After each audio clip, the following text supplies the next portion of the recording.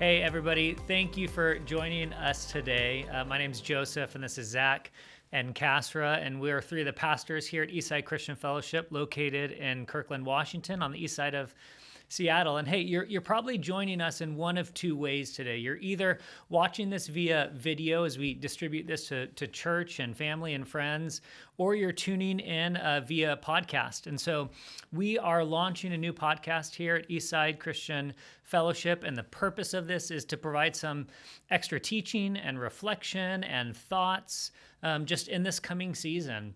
And so we're going to be doing that today by just launching this off. And so as we get launched, we're going to do this in a 4-week series to begin with, really looking at the spiritual disciplines and what we're going to refer to as the rule of life. And we'll talk about that here in just a minute.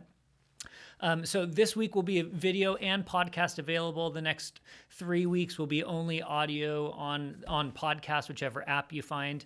You can see the logo up there, but go on to whatever app you use to listen to podcasts, download it, and follow us. And in these 3 weeks to come, we're going to talk about prayer and fasting and Sabbath. And so it's our hope that you'll tune in, that you'll join us in this journey. And so today what we want to do in this video is we want to look at this link between spiritual disciplines and the rule of life. And if you call ECF your home church a couple weeks ago, I taught about personal transformation and this idea of spiritual disciplines, and that spiritual disciplines really are this way of us practicing being disciplined in certain things to put ourselves in a place where God can transform us and where God can work in our lives. And the tendency here is to look at spiritual disciplines or rule of life in terms of like this legalistic, what do I have to do to please God? What do I have to do to get into the kingdom? And I just want to say from the start, that's not our purpose here. Our purpose here is, how do we be intentional? How do we put a rule of life and discipline in our life so that God continue to work and transform us? And so let's just kind of kick this off. And so we're drawing this connection between spiritual disciplines and a rule of life. But let's start with this. And Cass, maybe you can kick us off here. When we use this word or this term rule of life, what is it that we're talking about? What is a rule of life? Yeah, great question. It's one of those things that I asked myself when we started having these conversations a couple of weeks ago, or a couple of months ago maybe, and it really dawned on me that it's something that we all have in practice and adopt in varying forms or shapes. I think of routines, like some people, they wake up, they have to make their bed before they leave the bedroom, which I respect and congratulate those people. And some don't. And some don't, which is kind of sad. But, and my always justification for that is you leave your room having accomplished at least one thing in your life. If nothing else goes right during the day, you can say, that was a win. But anyways, we all have these routines, right? I mean, a lot of people have routines at work or in your home or in just the way you do things or the clothes you wear. Or and so it's not a new concept. We don't look at it in that light of, well, this is restrictive. It's something that by nature we do anyways. Yeah. And so for me to really understand it in that realm really made understanding it within our context much better. Yeah. Any other thoughts there, Zach, just on kind of as we process or think about what is the rule of life? Anything to add there? No, I think what Cass said is great. We already all have a rule of life, right? And so the question is what we already have in place allowing us to be better apostles of Jesus, or is it not? And so, that's great. Like, everyone already has the routines. Whether we think about it or not, we already do that. So how can we be more intentional? And they're routines that typically benefit us. We put them in place because there is an upside. It does reward us in some ways, whether it's to be organized or to be efficient or to honor those around you. We adopt these things just because of either our own betterment or those around us. So there's always kind of that's the result associated with a rule of life. As I've been kind of studying and just looking forward to doing this together, have just come across a few variety of pastors or theologians or scholars who are doing some good thinking on this. And so kind of somebody who's not extremely local, but here in the Northwest, John Mark Comer was a pastor in Portland for a long time. He says this: a rule of life is a schedule and a set of practices and relational rhythms that help us create space in our busy world. And he's talking specifically about space to be with Jesus, to become like Jesus, to do what Jesus did, but really this rhythm, this schedule, both personally and relationally.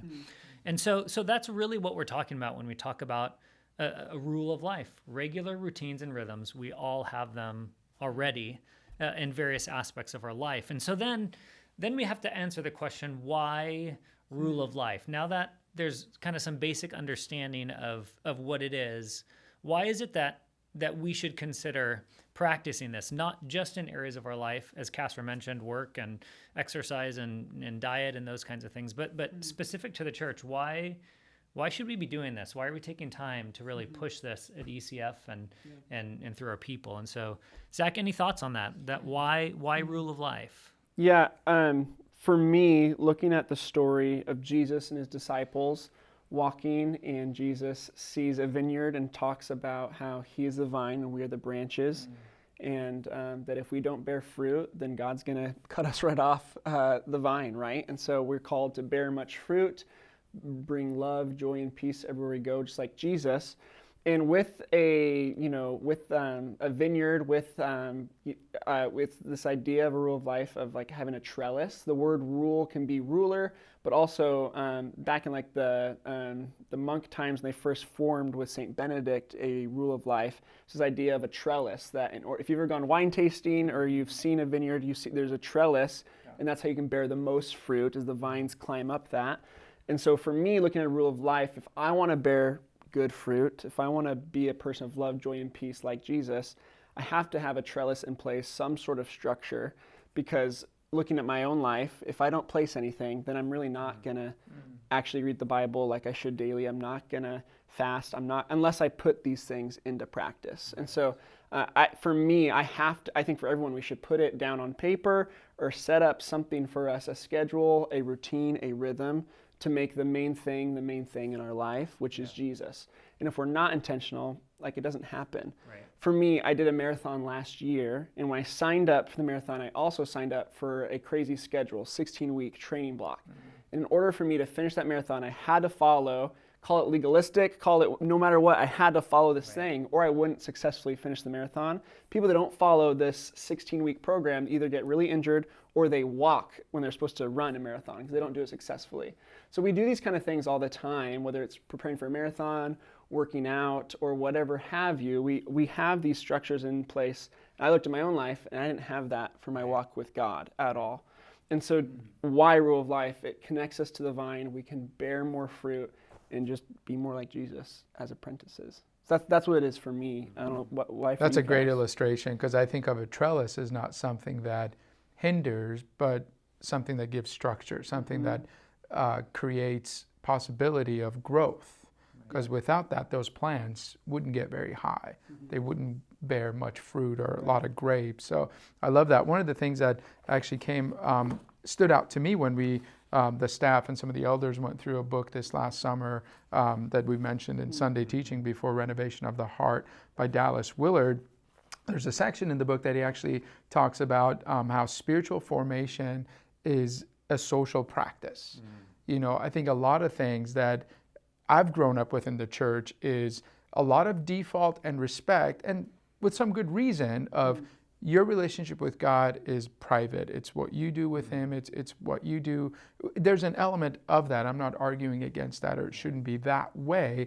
But I think what that also has fostered, this environment of almost secrecy, to where no one really talks about it and no one really asks about your spiritual transformation, because it's respected that it's between you and God, which again, that's a personal question for me, right? Yeah, That's an element of that God. is makes sense. There's the part of that I bear my soul to God in a way that I don't to anyone else, even maybe my wife. So I get that part, but also knowing God's design and in designing us in Scripture, there is a social element. If I could just read you guys a quick part of this to maybe even paint the picture further. It says, spiritual formation, good or bad, is always profoundly social. You cannot keep it to yourself. Anyone who thinks of it as a merely private matter has misunderstood it. Anyone who says it's just between me and God, or what I do is my own business, has misunderstood God as well as me. Strictly speaking, there is nothing just between me and God. For all that is between me and God affects who I am, and that in turn modifies my relationship to everyone around me. My relationship to others also modifies me and deeply affects my relationship to God. Hence, those relationships must be transformed if I'm to be transformed. And he kind of goes into other tangents, but that's a great reminder for me. When I read that, it was profound because it was refreshing. It was like, okay, there's an element of our spiritual journey that is meant to be in a social setting. Right. So not to say our goal through Rule of Life at ECF is to get into each other's business, but it does open the door for me to walk up to someone, you, Zach, someone else, on a Sunday morning or at the office and say, hey, how was your fast this week? What did you pray about? How was your Sabbath? What did you guys do in exchange of something else that you normally would have done this week or on Tuesday or whatever that looks like? It kind of opens that door, gives us permission, relational permission, to really challenge ourselves or others around us. And it betters us all. So there's a part of me that thinks, okay, this is too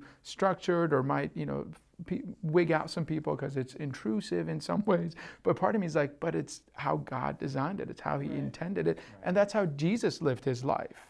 There was time he spent time praying with just him and the Father, but a lot of what he did in transformation of himself and helping others transform was in social settings. Right. So, Well, look, and I mean, we see command after command in Scripture that just affirms that reality of what you're saying here, to carry one another's burdens, to bear one another's burdens. verses, Right, the one another verses, the consider others as more important than yourself.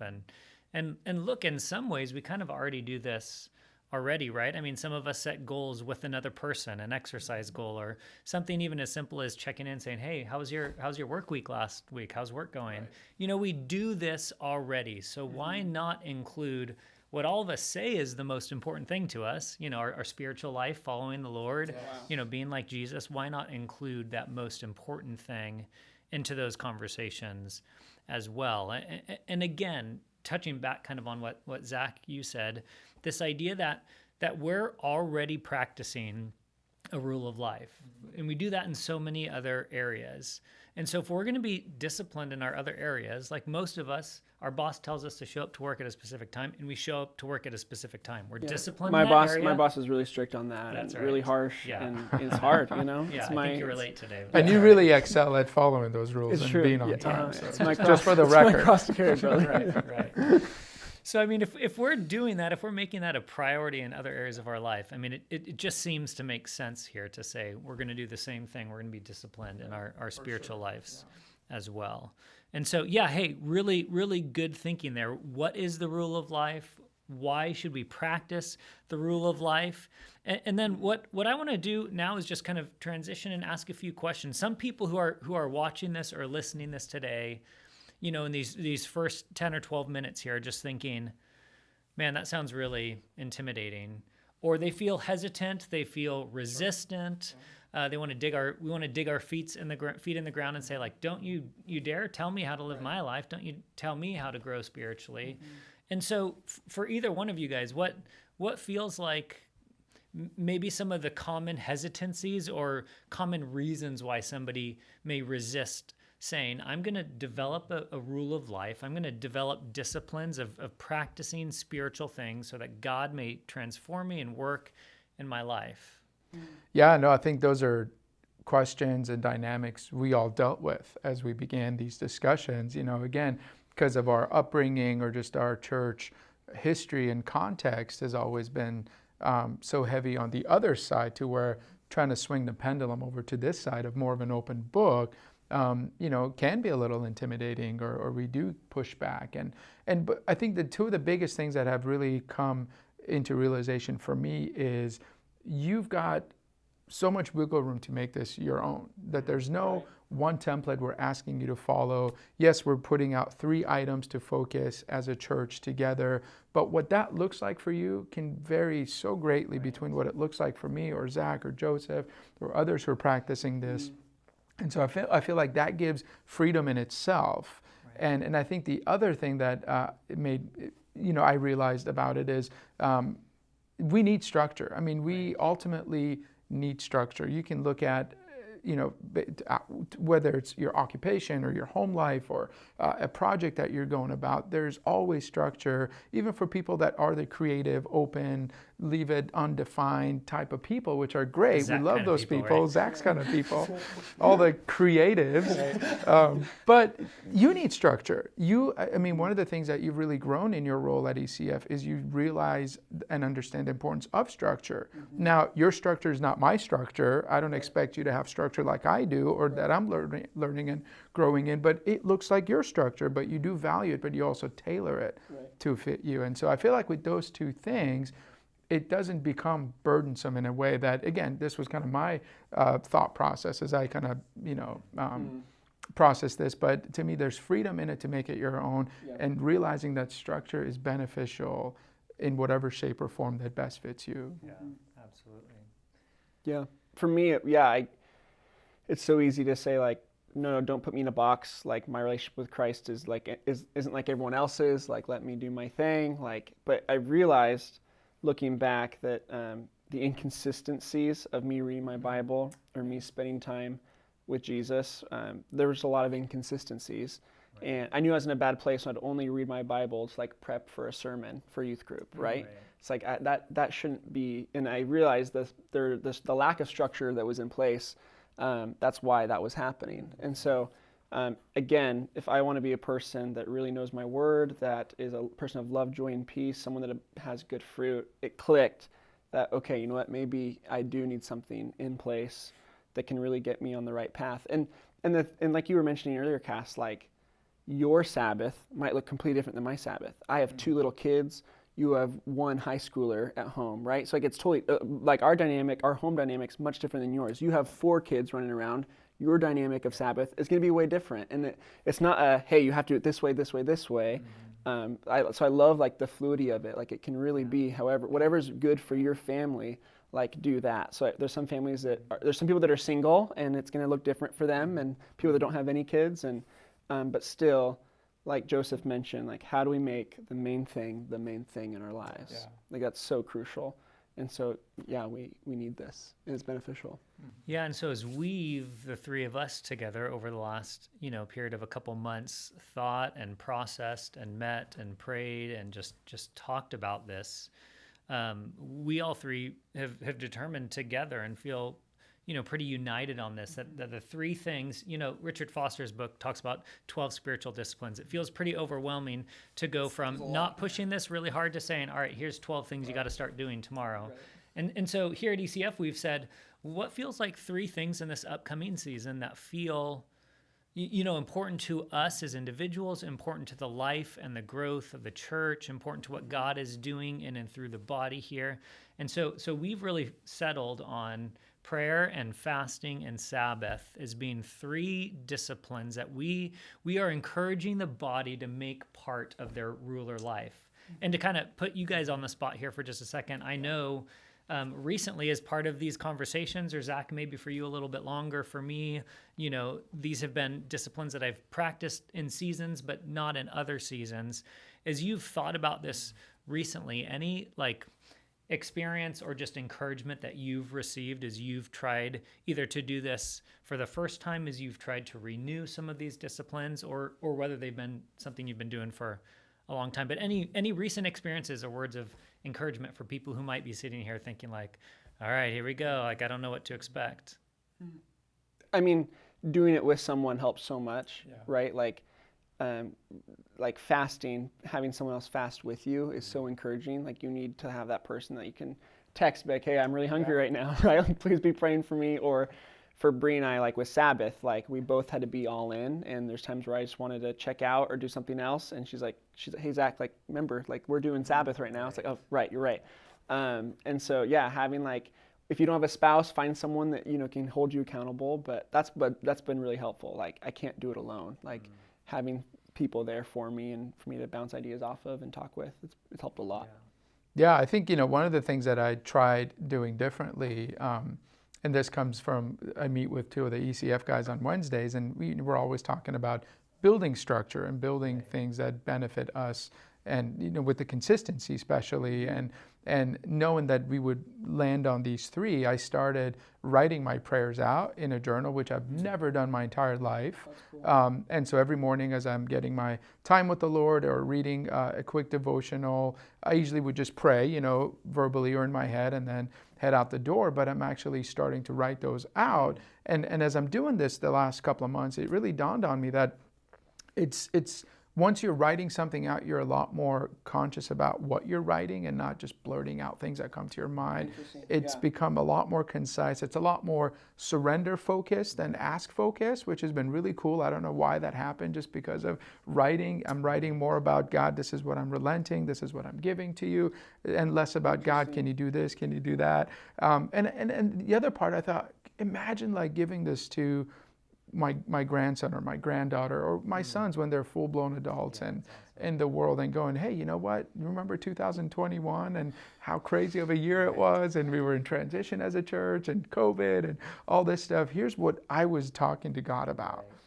Just trying to think of, again, the structure that can come in at times seems limiting, but the outcomes can be so beautiful and even, unanticipated, like to be able to have that to hand over to my sons that I've never done my whole life. I've never really journaled or write stuff down, but knowing that that's a result of this structure, of this rule of life, then it just makes it that much sweeter. Absolutely. Yeah, I'm just at the moment about to kind of come off a multiple day fast, and I've really felt God talking to me about two specific things, and one thing is so practical.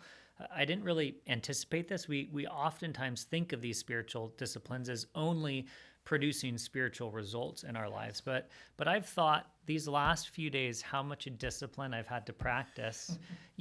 Making a few tacos for the kids at night and saying like, I really want a taco right now. Yeah. Having friends over for dinner and Haley's getting appetizers for tomorrow night. And I'm just thinking like, oh man, that whole pack of salami and my favorite kind of cheese is right there. And so honestly, this spiritual thing can also have practical benefits in developing characteristics that are important for us just only as human beings, just to develop and to have. And the other thing I've thought a lot about this week is, what might God be doing in my life today through the practice of spiritual disciplines, that really what he's doing is he's preparing me for something that is 5 years or 10 years or 15 years down the road. And I don't even know what that is in this moment, but I can look at my life now, here as a pastor at Eastside Christian Fellowship, and I can go back 6 or 7 or 8 years to rural Honduras and like lessons that I've learned from there that now have a positive impact on my ability to lead here. And so what might God be doing today, tomorrow, next week through the practice of spiritual disciplines that we won't maybe even see the benefits of until years down the road, and then we'll say, you know what? I'm disciplined in this area because I've been intentional over the last 5 years of my life in being disciplined in this area.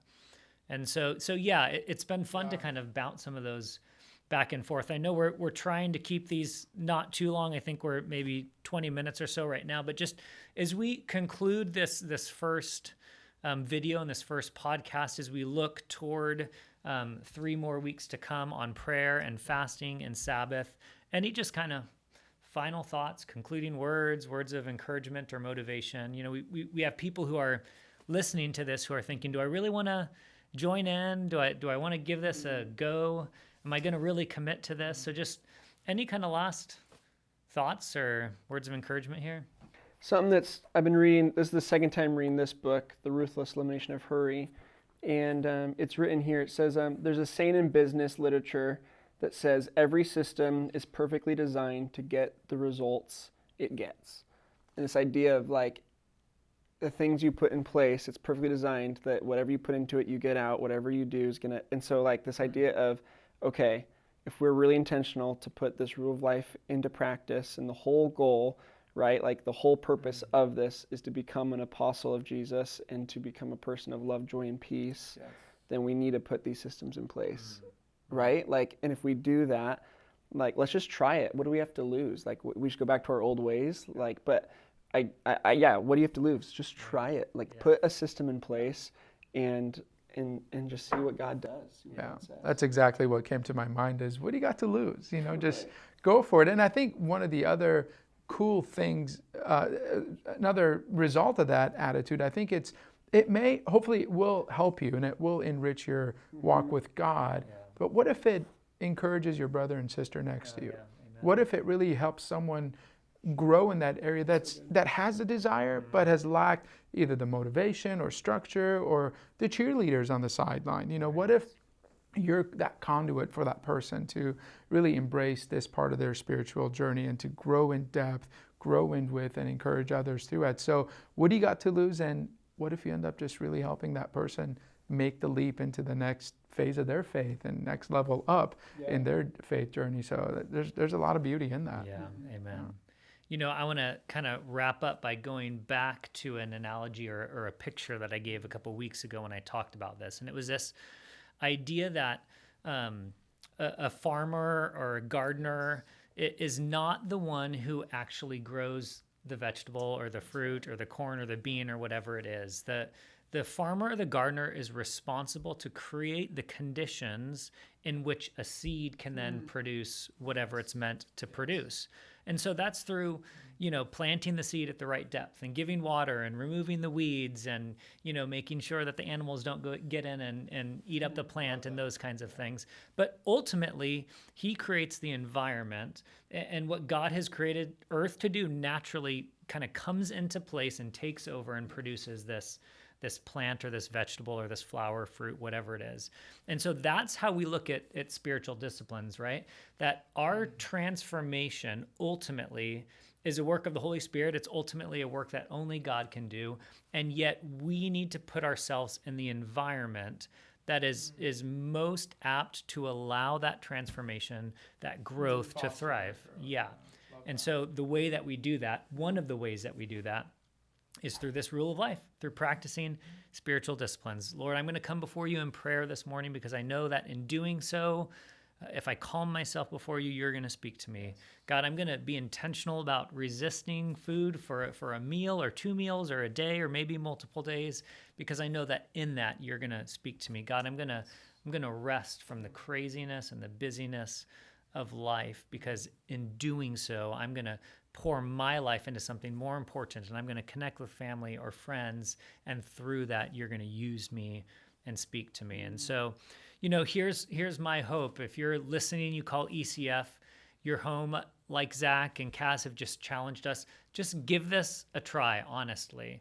That's my hope. My hope is that in a year from now, we'll be sitting here and saying, that was a rich year of growth as people jumped into things that maybe they were hesitant. Maybe they were worried, I'm going to set goals and I'm not going to achieve the goals. I don't know if I can do this, but just give it a try. In Scripture, we're called to test theology. We're called to test the prophets. We're called to test. So let's give this a try, a sort of test run that we're committed to, Yeah. but we're committed to it because we anticipate God transforming us, God moving in our midst. And you know what? I honestly think that if the church here at ECF, if we commit to this, we will see God using this not just in our lives personally or communally as a congregation, as a body of believers, but in Kirkland and Redmond and Woodinville and Bellevue and in these areas around us, that God will move and he will be at work. So we're grateful for you watching or listening to this today. Look in the coming weeks. Remember to subscribe and follow the podcast so that you can get notifications as we release new episodes here. But in the coming weeks, we'll be doing one on prayer, one on fasting, one on Sabbath. So great to share with you a little bit today. And we'll look forward to producing another one of these soon.